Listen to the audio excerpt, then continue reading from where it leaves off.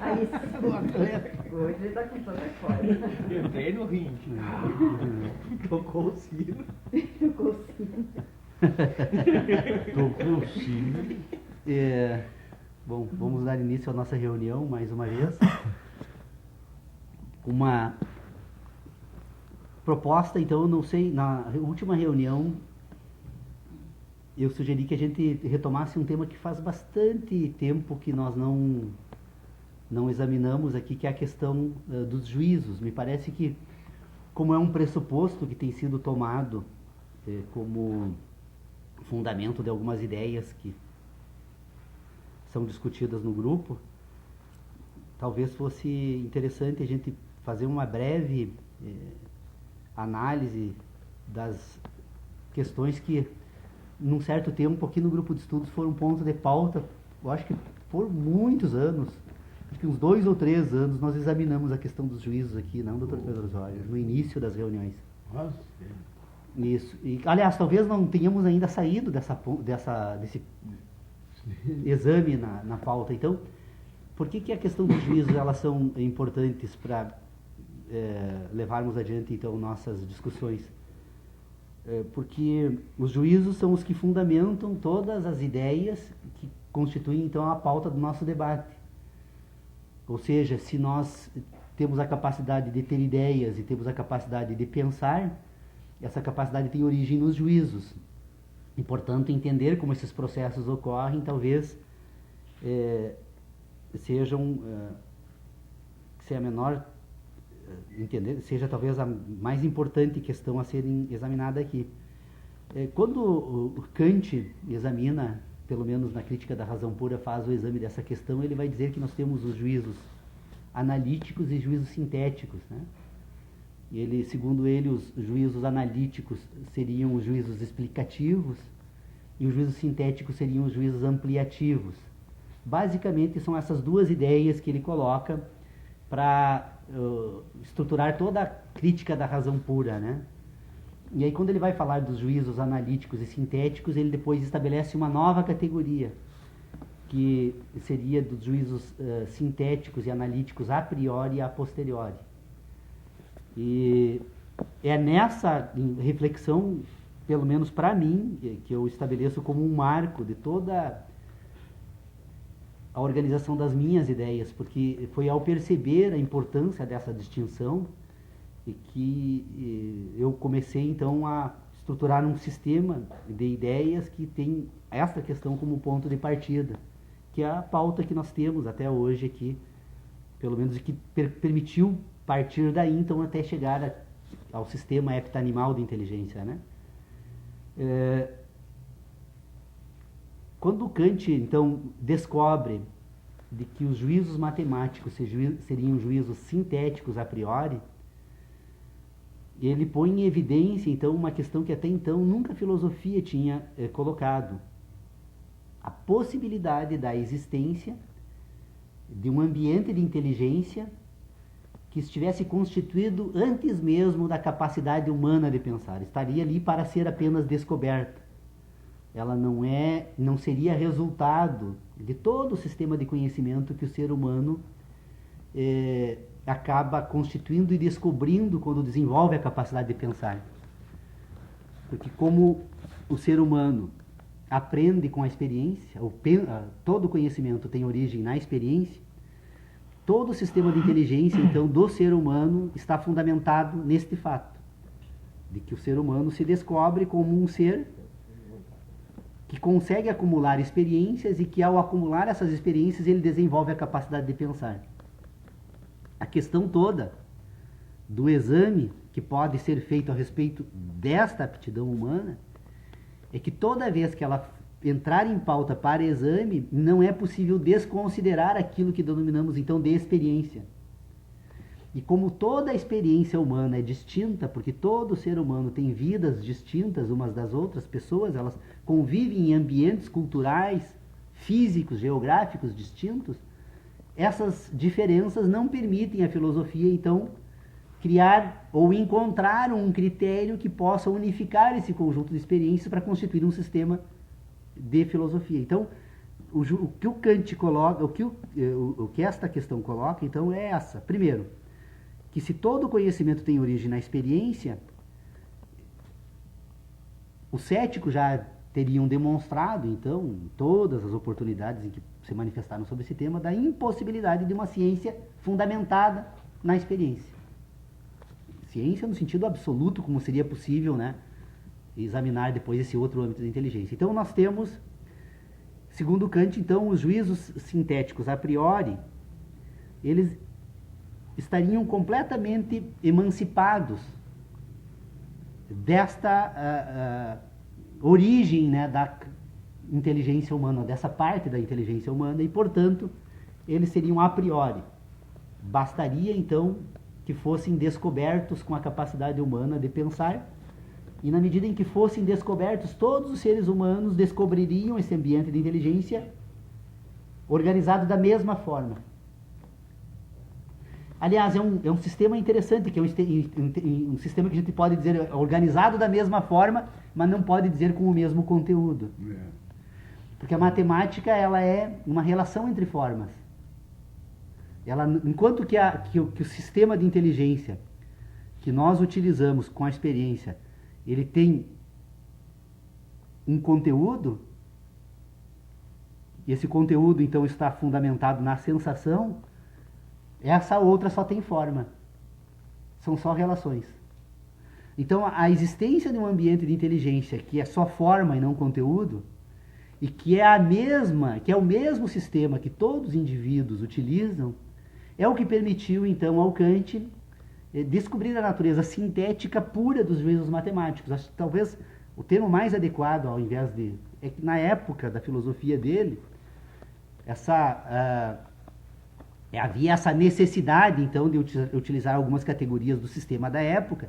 Ele vai dizer, então, que são juízos sintéticos a priori. Não são juízos sintéticos a priori, são juízos sintéticos puros. São puros porque não tem conteúdo, só tem forma.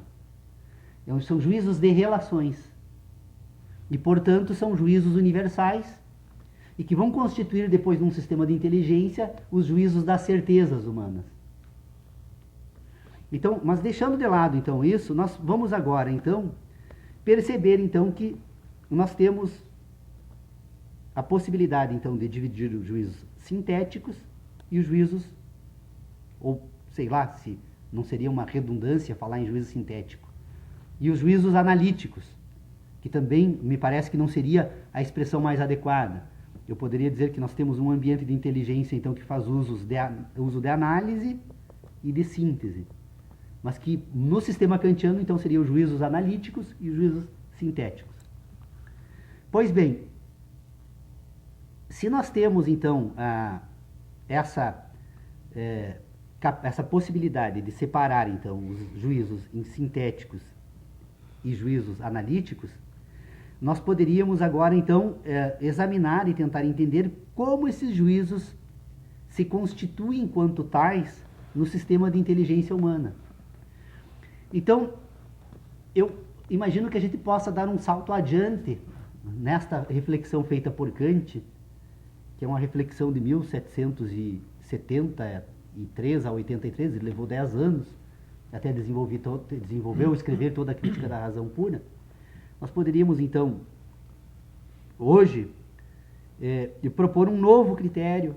Se fôssemos escrever, então, a crítica da razão pura de Kant, nós iniciaríamos dizendo o seguinte, que todo conhecimento humano tem origem nas sensações, ao invés de experiências. Porque quando nós falarmos que todo conhecimento humano tem origem na sensação, nós vamos encontrar agora um elemento que universaliza todo o sistema filosófico para o âmbito da análise na filosofia, que precisa ser retomada, reconstruída com a luz dos conhecimentos atuais, ou do sistema de inteligência atual, porque o conhecimento restringiria a afirmação. Então, se nós dissermos todo conhecimento tem origem em sensação, então nós teríamos agora o primeiro elemento que serviria para constituir, então, um novo dimensionamento dos juízos. Por que eu afirmo isso? Porque, na verdade, a grande chave da descoberta de como funcionam os juízos no ser humano, e que é utilizado e apropriado para a filosofia, é que o sistema de inteligência humana, ele trabalha basicamente, ele tem um ponto de partida na possibilidade de repetição e de sucessão. As ideias de repetição e sucessão são duas ideias fundantes de todo o sistema de inteligência. Por que isso? Porque quando nós formos falar, ou quando nós formos examinar essa questão dos juízos, nós podemos dizer que o ser humano, depois que desenvolve todos os processos orgânicos que lhe permitem, então, assumir essa identidade enquanto indivíduo, né? Esse ser humano que se assume nessa identidade enquanto indivíduo, ele passa a constituir um sistema de inteligência, então, que tem a possibilidade de repetir e representar, suceder algo. Então, no plano do sistema de inteligência, das ideias, das crenças e das certezas, ideias, certezas e crenças estão separadas no mesmo âmbito, o indivíduo pode repetir ideias. E essa capacidade é infinita. Uma ideia pode ser exatamente igual a outra ideia. Se uma ideia pode ser exatamente igual a outra ideia, há infinitas possibilidades de repetição nesse ambiente de inteligência. Agora, esse indivíduo que pode repetir ideias, ele também agora pode representar ideias. De que forma ele representa ideias? Quando a ideia agora não apenas é uma repetição da própria ideia, mas a ideia se corresponde com uma sensação no mundo da natureza.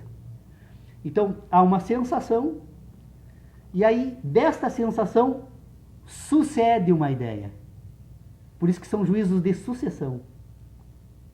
E sensação e ideia, há uma sucessão, há uma cadeia entre a sensação e a ideia. Agora, esta ideia que sucede a sensação, ela é uma ideia que resulta de um processo diferente da ideia que reproduz a ideia. Então eu tenho a possibilidade de reprodução e de sucessão. Quando o indivíduo faz uso dessa aptidão de repetição, ou de repetir ideias, ele está no âmbito das sínteses, da capacidade sintética do indivíduo de produzir ideias. Então essas ideias sintéticas, elas são puras ou impuras. Quando essa síntese é resultado de sucessão, mesmo que de forma indireta, olha, eu tenho agora, lá no meu conjunto de informações, no meu sistema de inteligência, há 10 anos atrás, uma sensação me produziu uma possibilidade de um juízo, de uma ideia. Esta ideia, que fica armazenada na memória, ela pode ser utilizada como um instrumento ou como meio de produção de uma nova ideia. Ou seja, o indivíduo, de posse de todas as suas informações a respeito do mundo que o cerca, num determinado momento, ele não precisa da cadeia de resultado total, porque na cadeia de resultado anterior, ele já tem uma ideia que sucede a esse fato. E ele tem condições agora, a partir então da sensação, que é a experiência, produzir uma nova ideia que é de sucessão, uma ideia de repetição da ideia que antes foi de sucessão. Então vocês vejam, tem a sensação, a ideia, e agora a ideia é a repetição. Quando nós temos a sensação, a sensação antecede a ideia, então há uma sucessão entre a sensação e a ideia. Quando nós temos a ideia, então, que é de sucessão, esta ideia que é de sucessão, nós podemos chamar de juízo. E como ela é uma ideia resultada de uma sensação, de uma sucessão de uma sensação, nós vamos chamar, então, este juízo de sintético impuro. Por que ele é sintético impuro? Porque para que ele possa ser produzido, é necessário que ele tenha sido derivado de uma sensação humana. A sensação sucede à ideia, e a ideia que se produz da sensação, então, pode ser utilizada para produzir novamente, repetir esta ideia. Esta capacidade sintética de repetição, então, ela é impura. Por que ela é impura? Porque ao repetir a ideia, então, se nós temos a possibilidade de repetir uma ideia por outra ideia, quando ela volta agora a usar uma linguagem muito utilizada aí da vida contemporânea, quando ele vai fazer o checklist, né, desta ideia nova produzida, agora com o fenômeno de representação, ele entra em dúvida.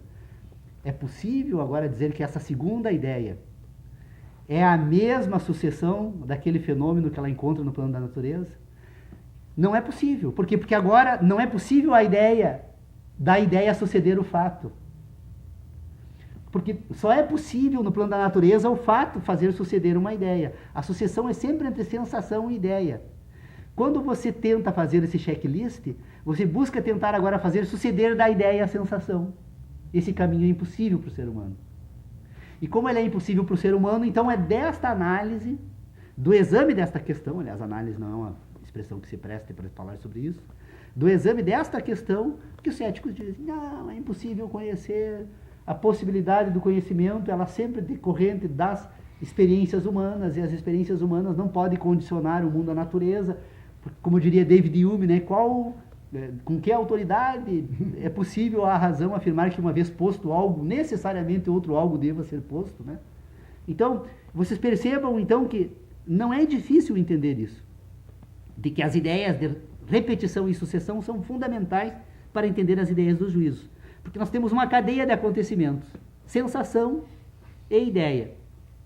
Bom, agora nós temos que desta questão, se vocês perceberam, então, nesta questão da sensação e ideia, essa sucessão que se dá no plano da constituição desse sistema de ideia, desse sistema de juízo sintético impuro, há uma outra possibilidade que é retirar, então, agora dessa cadeia toda, a sucessão entre sensação e ideia e trabalhar apenas com a ideia da repetição.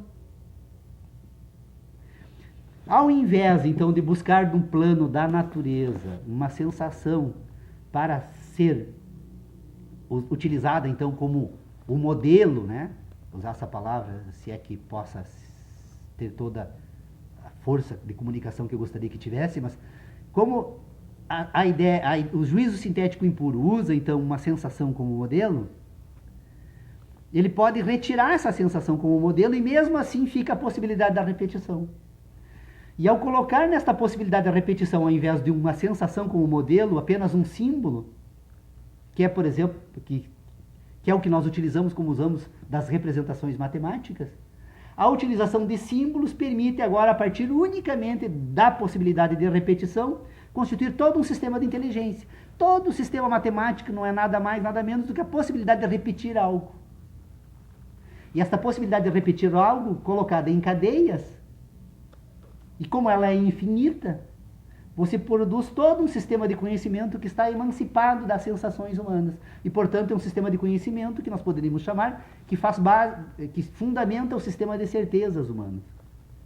Vai constituir um sistema de inteligência baseado, então, na capacidade sintética pura do indivíduo. O indivíduo tem uma capacidade sintética pura, então, que é a capacidade de repetir, e ele tem uma capacidade sintética impura, que é a capacidade agora de repetir não apenas a repetição, mas repetir sensação. Por isso que ele, fazendo uso da sensação, esse ambiente se torna impuro.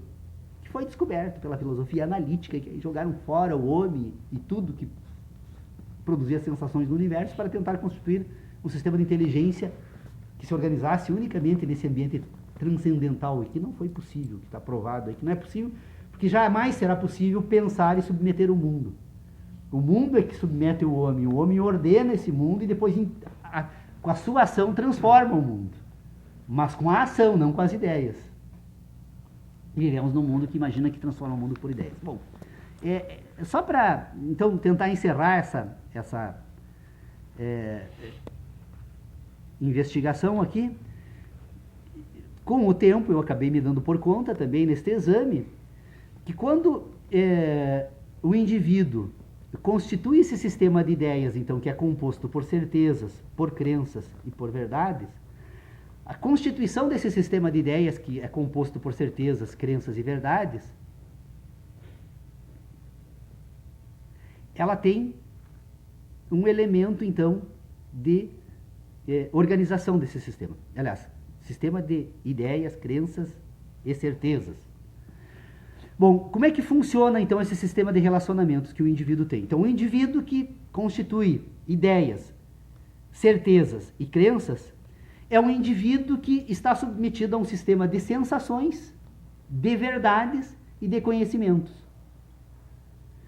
Os conhecimentos humanos, então, na verdade, todo o sistema se estrutura a partir da sensação.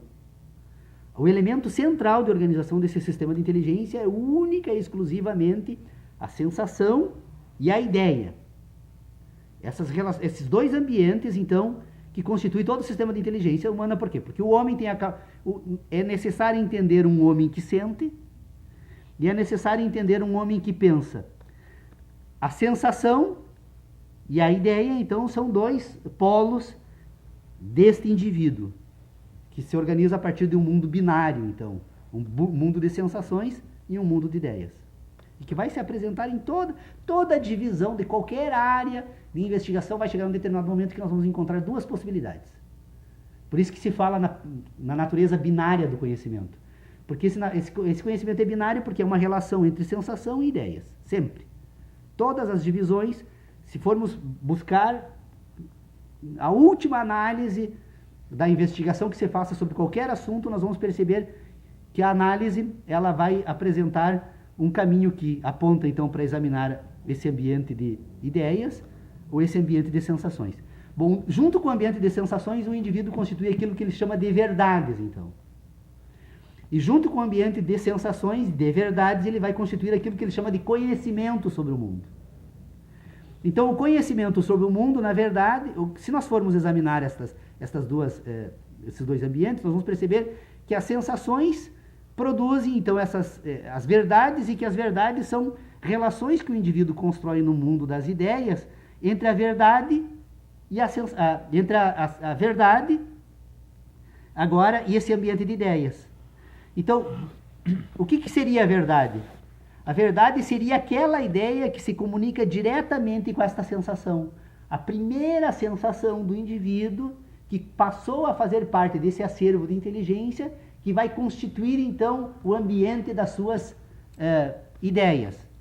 Então, o indivíduo que tem verdades produz ideias. Ideias de verdades. Então, o indivíduo tem as suas ideias sobre as verdades do mundo. As ideias sobre as verdades do mundo são dois âmbitos, então, deste indivíduo que sente e esse indivíduo que pensa. O indivíduo agora que sente vai produzir certezas. Ou seja, o indivíduo tem certeza da sensação. A sensação é algo, então, que... Aliás, a sensação é algo no sistema de inteligência. Eu já examinei essa questão. Então, o indivíduo que sente algo tem a possibilidade, então, de estabelecer um critério de certeza. E o indivíduo que constitui agora um sistema que ele vai chamar de conhecimentos, na verdade é um sistema de crenças. Todos os conhecimentos que o indivíduo, que nós construímos no mundo da natureza, na verdade não passa de um sistema de crenças. Se nós formos pegar todos esses livros que nos rodeiam aqui, que não são poucos, nós apenas vamos identificar indivíduos constituindo sistemas de crenças a partir das suas verdades, que tiveram origem, então, né, num sistema de ideias, esse sistema de ideias que foram produzidos pelas suas verdades, né, e que a única questão que lhe permite constituir todo esse sistema é porque ele tem sensações, e isso lhe permite ter certeza de algo. Vocês vejam que a certeza, quando nós vamos trabalhar com a certeza no plano das ideias, na verdade a certeza é a única possibilidade de repetição.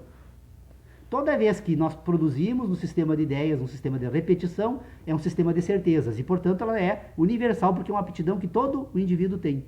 Mas quando o indivíduo agora vai constituir esse sistema de ideias, que vai constituir, então, as suas verdades e, portanto, as crenças a respeito de um pretenso conhecimento, ela parte desse reconhecimento da sensação e a certeza de que há algo.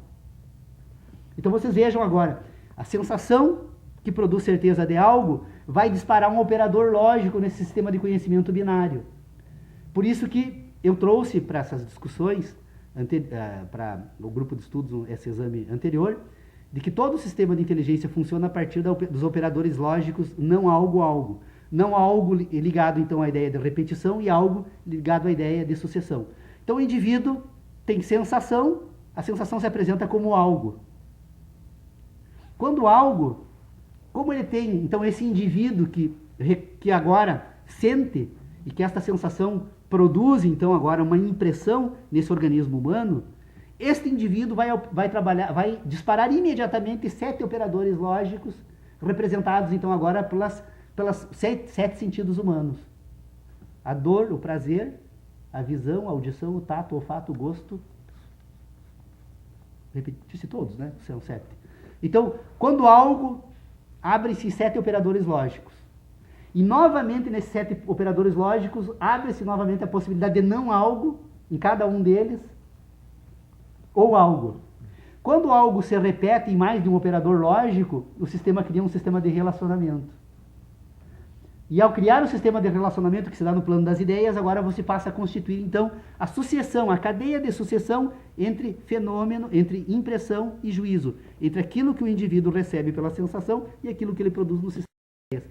Então, vocês percebam a importância de nós colocarmos em ordem essa questão dos juízos, porque nós poderíamos dizer, então, para encerrar essa minha pequena introdução aqui, nós poderíamos dizer o seguinte, que nós temos, então, uma cadeia sucessiva que constitui a capacidade humana de pensar, um conjunto de questões que precisam ser separadas, todas elas, para serem colocadas, devidamente ordenadas no espaço, para que possa, então, ser exposta de forma inteligente. Primeiro, nós temos, então, o indivíduo que sente e o mundo da natureza que produz sensações. Então, nós temos, no mundo da natureza, então, que produz sensações, a filosofia, a ciência, todo designou isso como fenômeno. Então, tem o fenômeno no mundo da natureza. Este fenômeno agora produz uma impressão no indivíduo. Esta impressão no indivíduo, então, ela produz uma sensação. Esta sensação agora, ela ganha uma representação por uma ideia.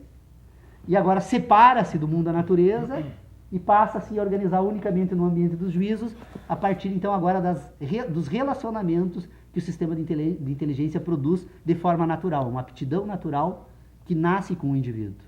A aptidão de relacionar. Pensar é relacionar. Então, nós temos fenômeno, a impressão, a sensação e a síntese. E aquilo que nós estamos examinando agora até então é o ambiente da síntese. Como esse ambiente da síntese agora processa para suceder a ideia e para se repetir enquanto ideia. Uma repetição que pode ser pura e uma repetição que pode ser impura. Por quê? Porque ela é a sucessão de uma sensação. Então, nós temos essa cadeia de acontecimentos. Então, a importância do debate é colocar em evidência a seguinte questão. Nós precisamos separar de forma radical, no nosso acervo de ideias, os dois âmbitos desse sistema de inteligência. Nós temos conhecimentos e ideias. Conhecimento, na verdade, se apresenta no sistema de ideias como crenças. Sensação se apresenta no sistema de ideias como certeza. E verdade se apresenta no sistema de ideias como ideias. As ideias são compostas por verdades. Os indivíduos não imagina a possibilidade de alguém imaginar que não existam verdades. Desaparece, inclusive, a própria capacidade de pensar, porque é ela que fundamenta ideologicamente todo o sistema cultural civilizado. E a partir das verdades que a sociedade civilizada vai constituir, então, o sistema de relacionamento que vai permitir a este sistema que tem ideias, então, agora separar certezas e crenças e que vai constituindo todo o sistema de inteligência. O homem é homem porque tem a capacidade de crer. Se nós não tivéssemos a capacidade de crer, ou seja, a capacidade de produzir ideias a partir da sucessão de sensação, repetição de ideias que sucedem sensações, se nós não tivéssemos essa capacidade, nós seríamos iguais a todos os demais animais. O dia que o animal aprender, desenvolver a aptidão natural de produzir ideias a partir da sucessão de sensação, ele vai constituir um sistema de inteligência que vai permitir desenvolver linguagem, provavelmente estará se comunicando conosco com facilidade através. Isso ocorra, provavelmente os cães sejam os primeiros a desenvolver essa habilidade, pela provocação que tem pela própria convivência com o homem. Não sei se isso funciona assim, mas é pelo menos agora uma ideia maluca que eu levanto aqui, porque realmente o processo é esse. Vocês teriam vontade disso, né? Se comunicar com outros, talvez entre eles que mais... Então, essa em síntese assim, é a forma pela qual eu organizei essas ideias, né? Porque elas, me parece que se nós deixarmos agora então para o âmbito da filosofia, então este elemento que me parece que seria o mais reduzido de todo, reduzido no sentido de seria possível então agora nos permitir a aventura de afirmar que ele seria então um elemento que unificaria todos os seres humanos, então, que seria um ponto de partida desse outro âmbito da filosofia, que é não a experiência, mas a sensação. A sensação vai nos permitir agora organizar outras ideias que elas se apresentam na nossa inteligência de uma forma muito confusa. Ora, se a filosofia fala de um universo, se a filosofia fala de um mundo, e se a filosofia fala de uma razão humana, eu preciso agora encontrar um elemento que possa explicar as ideias de universo, mundo e razão. E a sensação me permite isso. Porque se eu reconhecer que o universo é um processo em curso no espaço, todos nós podemos concordar com isso. Eu duvido o cético que vem aqui e que possa sustentar com coerência dentro do sistema de inteligência que nós possuímos. Até pode, eventualmente, existirem outros sistemas de inteligência no universo que desconhecemos e, portanto, que talvez explicasse melhor esta ideia, mas para o homem atual, eu não encontro uma outra possibilidade de explicação dessa ideia, como o universo é um processo em curso no espaço. Então, se eu tenho a sensação nesse universo como elemento de ordenação desse universo, eu diria então que agora o mundo, que é o mundo do homem, é o universo ordenado por sensações. Ora, se o mundo do homem é um universo ordenado por sensações, as sensações que permitem o homem ordenar esse mundo, esse universo, e portanto constituir um mundo, a razão humana são então agora as sensações ordenadas entre si. Quando o indivíduo, no curso da sua existência, aprende a ordenar as suas sensações, e ao ordenar as suas sensações ele aprende a ordenar o universo, ele constitui então um mundo, que é o mundo do homem, e que é o mundo em que vivemos e que nos permite, inclusive, estar culturalmente fazendo uso de construções desse mundo como a linguagem que permite a comunicação. Ele alfinetou os céticos, né? Para mim o universo é o fim, um curso no espaço, não um processo. Tudo bem, mas ele é ordenado por sensações. Eu tenho, no que tu coloca, assim, eu tenho algumas questões assim, né, Paulo? Tu bota sensações, percepção e sensação. Não, né? percepção está fora. Não, Essa ideia de percepção, ela não é uma ideia clara, quando né? tu coloca ali percepção... Impressão e sensação, juízo. Impressão. E eu, para mim, antecede, né? As sensações se dão para todos da mesma forma. Para mim, a sensação não produz conhecimento. O conhecimento se dá a partir da percepção. Mas o que é a percepção? É o que tu percebe da sensação. As sensações se dão todas da mesma forma. Esse perceptor teu estaria situado aonde? Em qualquer lugar. Qualquer lugar. Inclusive ele que gera o conhecimento. Mas se não houver a percepção, não tem conhecimento. Pois é, mas se teu perceptor Porque não é um sistema de relacionamento que tu constitui não para precisa entender as relacionar, coisas? Não precisa relacionar. Então é a sensação. Não precisa relacionar. Então o teu perceptor... A ideia de tu estar relacionando a relação como constituinte do conhecimento, ela vai cair num erro quase que tautológico lá, porque daí tu precisa relacionar o conhecimento. E o conhecimento, por isso que para Kant se dá na experiência, porque a experiência sai da sensação, tu tem que experienciar a sensação para ter o conhecimento. Porque enquanto ficar na sensação, bom, aqui está um exemplo, nesse ambiente aqui a sensação se dá para todos nós da mesma forma. Agora, como nós vamos perceber esse ambiente, que vai ser diferente para cada um. Jamais me passou pela cabeça que um dia eu poderia encontrar um meio de explicar esse ambiente aqui. Não. Eu posso tentar categorizar ele reduzindo. Exatamente. É uma livraria. Tu viu, tu está chegando onde que eu quero. Pois Por é. enquanto, quando tu começar a explicar, para explicar esse ambiente, tu precisa produzir conhecimento. Pois é, mas tu Leonardo... precisa produzir experiência. Mas Leonardo, você Porque está senão tu examinando fica um na outro sensação. homem aqui. Eu não estou... Aí que está uma grande questão. Você está examinando um homem diferente do homem que eu examino. Você agora está examinando um homem em ação. Não, o homem que classifica, que ordena, Não, necessariamente. ele está agindo. Necessariamente é o homem que pensa. Né? Ele não Não. está agindo, ele pensa. Pois é, mas aí tu já está examinando os pensamentos humanos. Eu nunca examinei o pensamento humano. Mas Se ele de é certo, errado, mas de se é certa bom ou forma, ruim. Paulo, é só uma inversão. É só uma inversão. Mas eu não cheguei... A minha proposta não vai tão longe assim. Nunca quis isso. Não é questão de querer, eu estava até comentando aqui, nós estávamos comentando. Não é o meu objetivo. Colocou ali num determinado momento a percepção, A sensação. Mas tu coloca a sensação como... Fenômeno, impressão, sensação. A impressão. Porque o que acontece? Quando o fenômeno imprime no homem, ele transforma o homem. Não é mais o mesmo homem. Mas a impressão... Nós temos o homem e o homem e o fenômeno. Quando o fenômeno imprime, ele altera esse objeto no espaço. Ele transforma o homem. Então não é mais o mesmo homem. O homem com a impressão é outro homem anterior da impressão. Citou ali a percepção, né? Então ele está permanente. O problema é que nós somos um processo em curso no espaço também. Nós não somos nada mais, nada menos do que sei lá o que causou Sim, e daí, assim, ó, uma coincidência de elementos no espaço. É eixo, Paulo. É eixo de pensamento. É eixo de pensamento. Não tenha dúvida nenhuma. Que tu cria teu conhecimento. Como eixo? Teoria. Eixo. Tu tem um eixo de pensamento. Ele parte de um lugar. Agora, se esse eixo aí ele é torto, é reto, é o Mas eu não posso comparar com uma carroça, por exemplo. Ou hexagonal. Entenda o eixo. Mas eixo é um objeto, né? Não, estou dizendo que é um eixo de pensamento. Cada um tem. Então é um foco, é uma linha, é um curso, uma conduta, seja lá o que for. Curso de pensamento. Isso não vai mudar, né? Tu tem uma forma de pensar, né? Assim como todos nós, cada um tem uma forma de pensar. Quando tu coloca a ideia do teu pensamento, ele serve, ele é prático, né? Mas há uma dificuldade, quando tu desafia o cético, quando tu desafia, né? Tu coloca o universo, depois tu pensa o mundo e depois tu pensa o homem, né?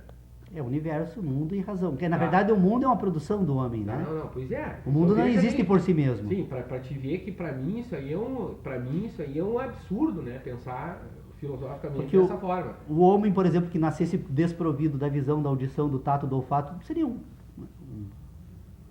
conjunto de... não teria sensação e, portanto, não teria elemento de... Exato. Ele provavelmente...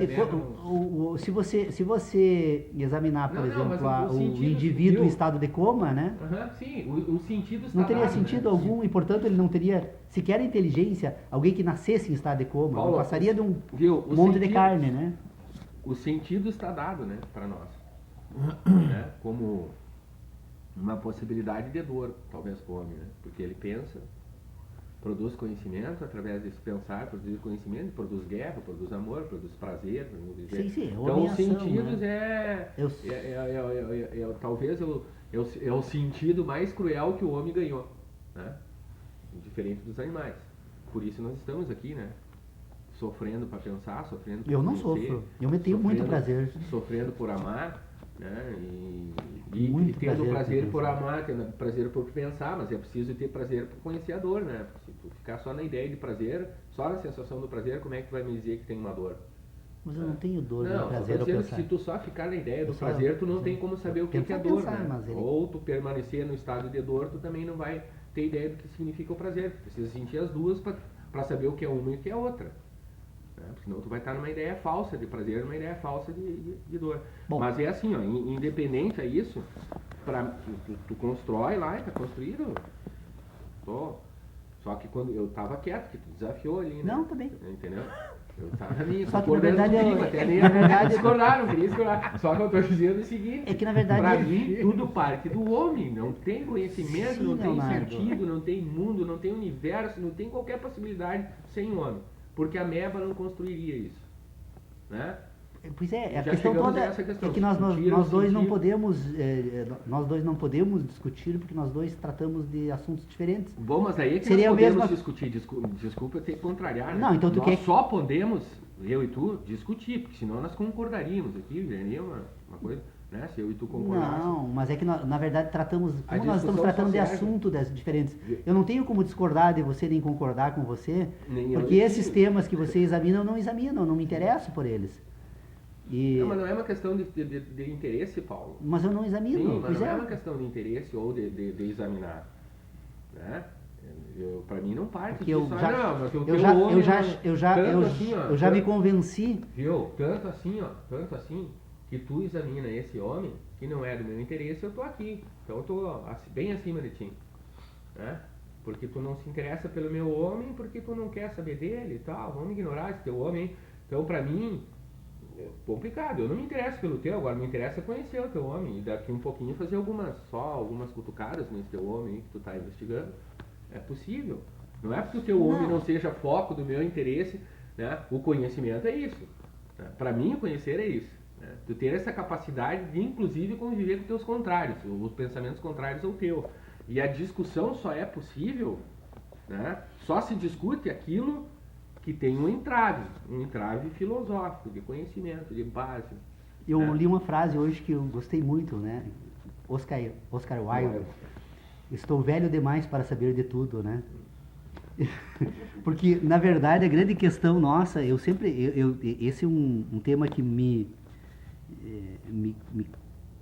custou muito, né? Que foi reconhecer o âmbito da minha ignorância. O jovem sabe, o jovem nasce sabendo tudo. E na medida em que ele deixa de ser jovem, ele vai percebendo o quanto ele não sabe nada, né? Então, quanto mais velho nós nos tornamos, mais percebemos o nosso âmbito de ignorância. E uma das questões que eu asseguro categoricamente, então, que para mim está plenamente resolvido, é de que tem certos assuntos que eu decidi que não vale a pena examinar. Não que não valha a pena tratar desses assuntos. O ser humano, ele precisa permanentemente reexaminar a ação humana, tendo sempre como ponto de referência, né, então, um pretenso ser humano virtuoso, né? Afinal de contas, a necessidade da virtude me parece que é o elemento central da existência humana, né?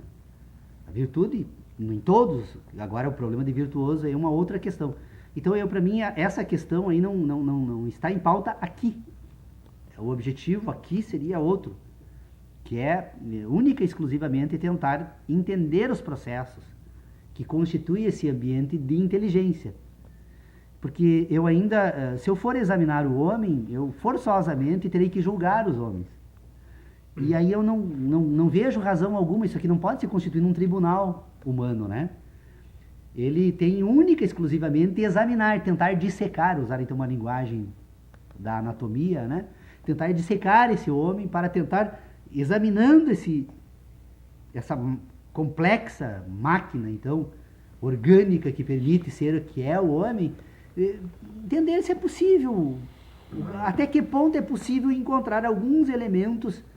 Só que isso, filosoficamente, tu pretende, eu vou te dizer, é impossível. Pois é. É impossível.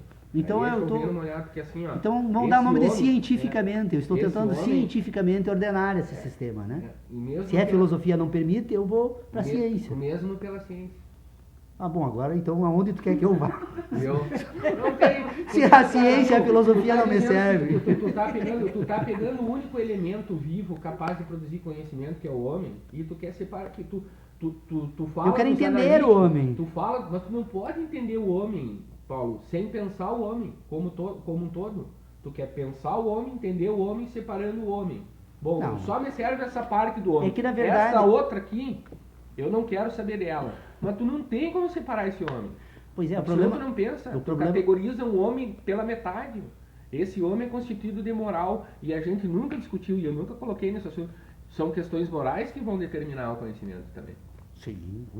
Sim, a questão Se o moral conhecimento daí. É um sistema de crenças, claro que sim. Então, daí essa moral vai ser o quê? Ela vai vir da onde? Derivada do quê? De que sentido? De que pensamento? Pois é. De que ideia? De um Deus Pois que é. originou todo esse pensamento? Leonardo, do mas Big Bang que explodiu como uma sopa e tal no caldeirão do universo? Pois é, mas veja que... Então, para tudo isso perceba, tem a crença aí que tu fala. Tem uma perceba que eu lá. falo que conhecimento e crença são dois âmbitos da mesma... Por isso que eu estou dizendo, tem uma crença e vai atrapalhar mas eu não estou... essa ideia de conhecimento. Eu não, na verdade, eu não estou examinando o conhecimento humano. Eu estou examinando o que é conhecimento humano. O que pode ser aquilo que nós chamamos de conhecimento. O conhecimento humano, hoje, se me interessasse o conhecimento humano, eu não conversaria contigo. Eu tenho livros de sobra aí para fazer buscar. Está tudo registrado aqui nesse conjunto de, sei lá quantos, 60 mil livros aí que eu tenho. E eu descobri que neles eu não encontrei absolutamente nenhuma resposta porque eu buscava. Porque o que eu busco está dentro de mim.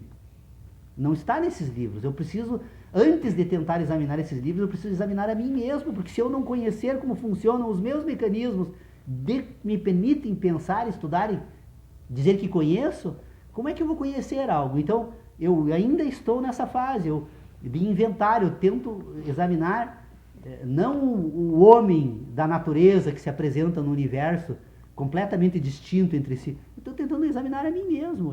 O que eu faço aqui é uma reflexão em voz alta, com o propósito de imaginar que é possível nós também tentarmos fazermos reflexões para ver até que ponto as nossas reflexões podem se aproximar. O ponto de aproximação que eu proponho aqui é reconhecer que o homem sente.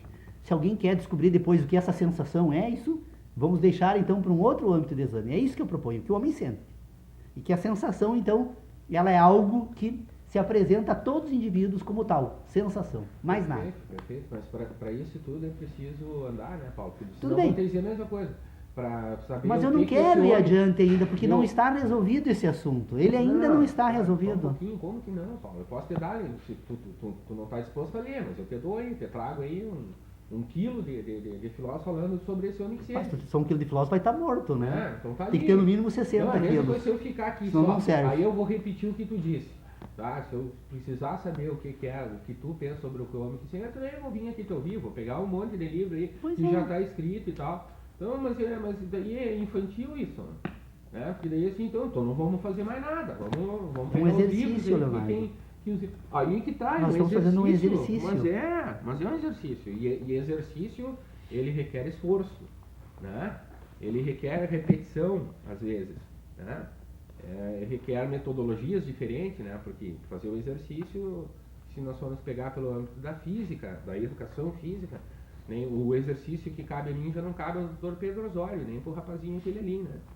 Então nós não podemos repetir o exercício aqui, não, vamos fazer flexão aqui para todo mundo porque é bom para a saúde. Opa, o Dr. Pedro Osório não pode mais fazer flexão, mesmo que seja bom para a saúde.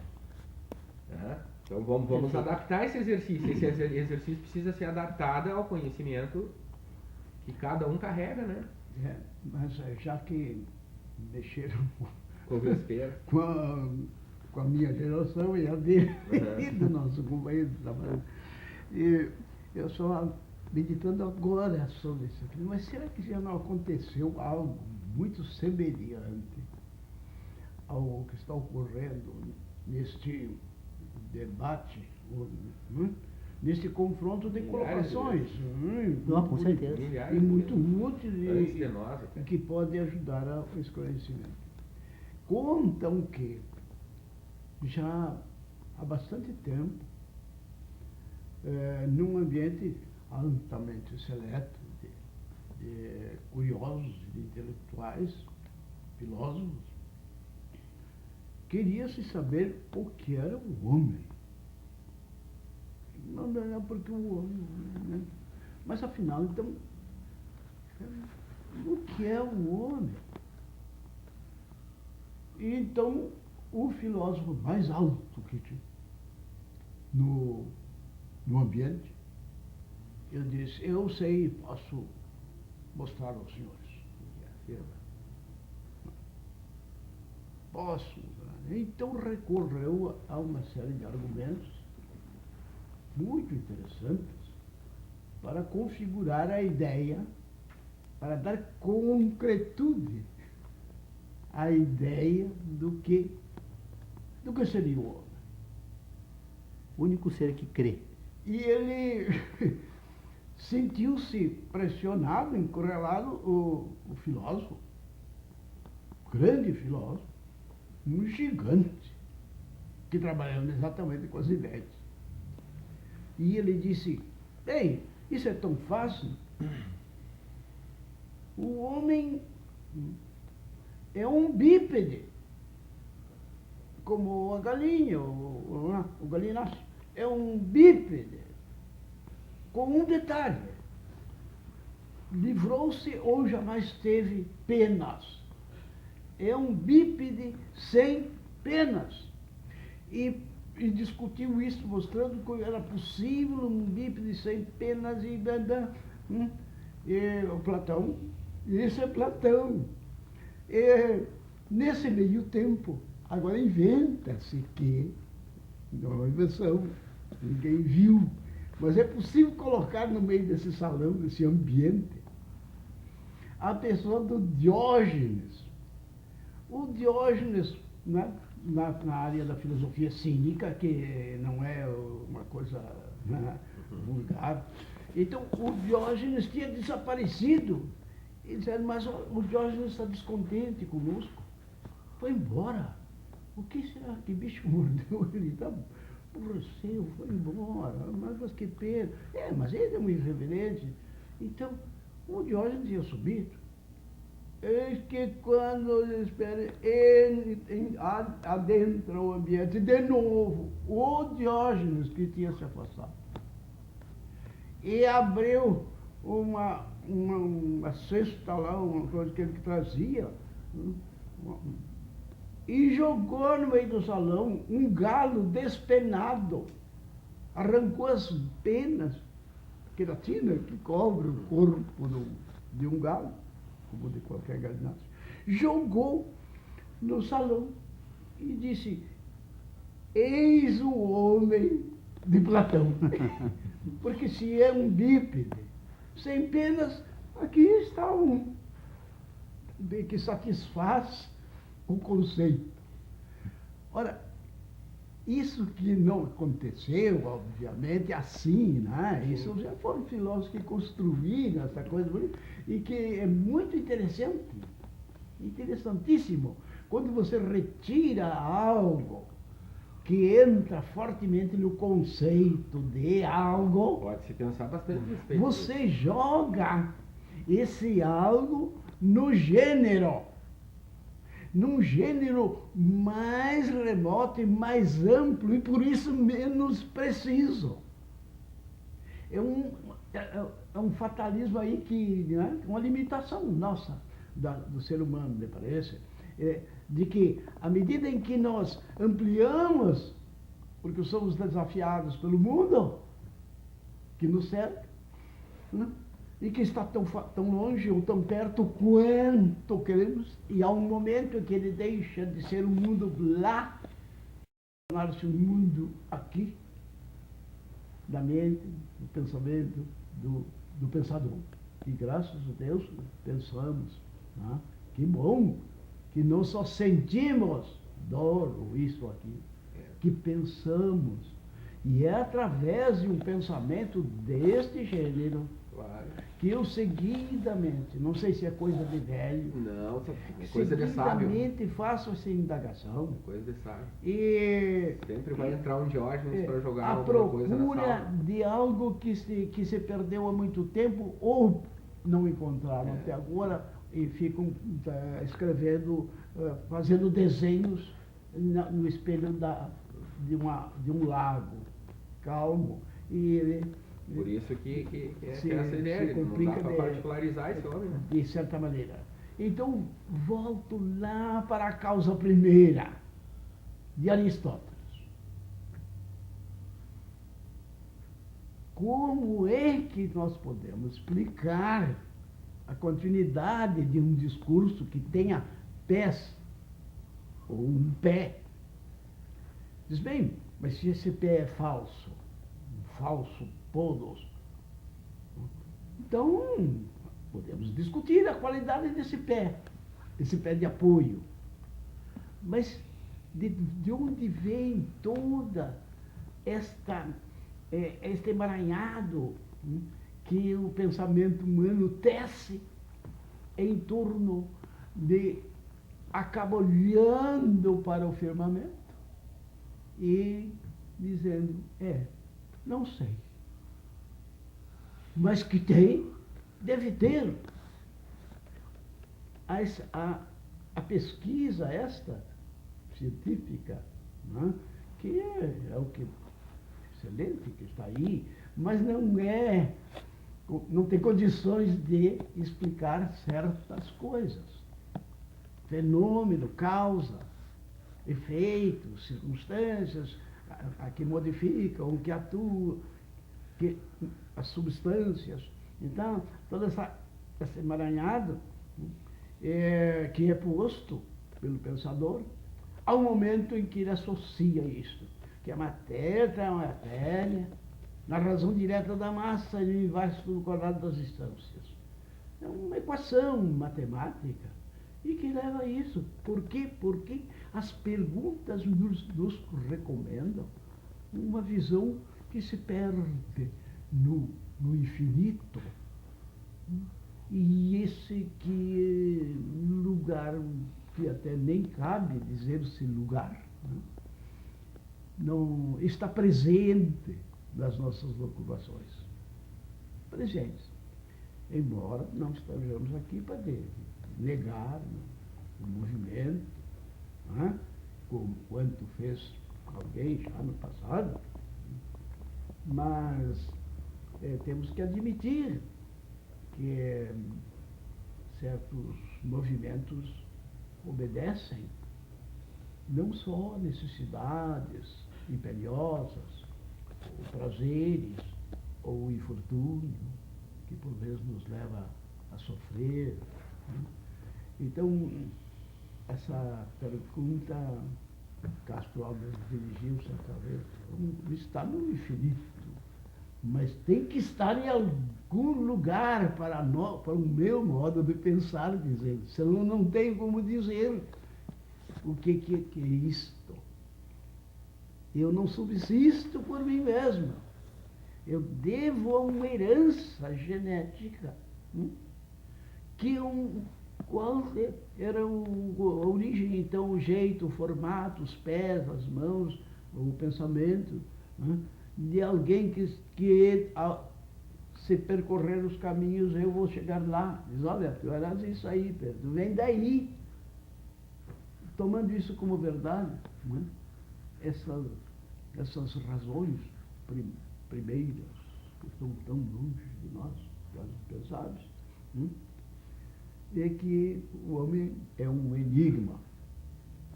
E não é proibido pensar sobre enigmas, porque ele pode conduzir a coisas objetivas. Quando o doutor Paulo insiste nesse aspecto, ele esclarece muitas coisas de uma utilidade imensa.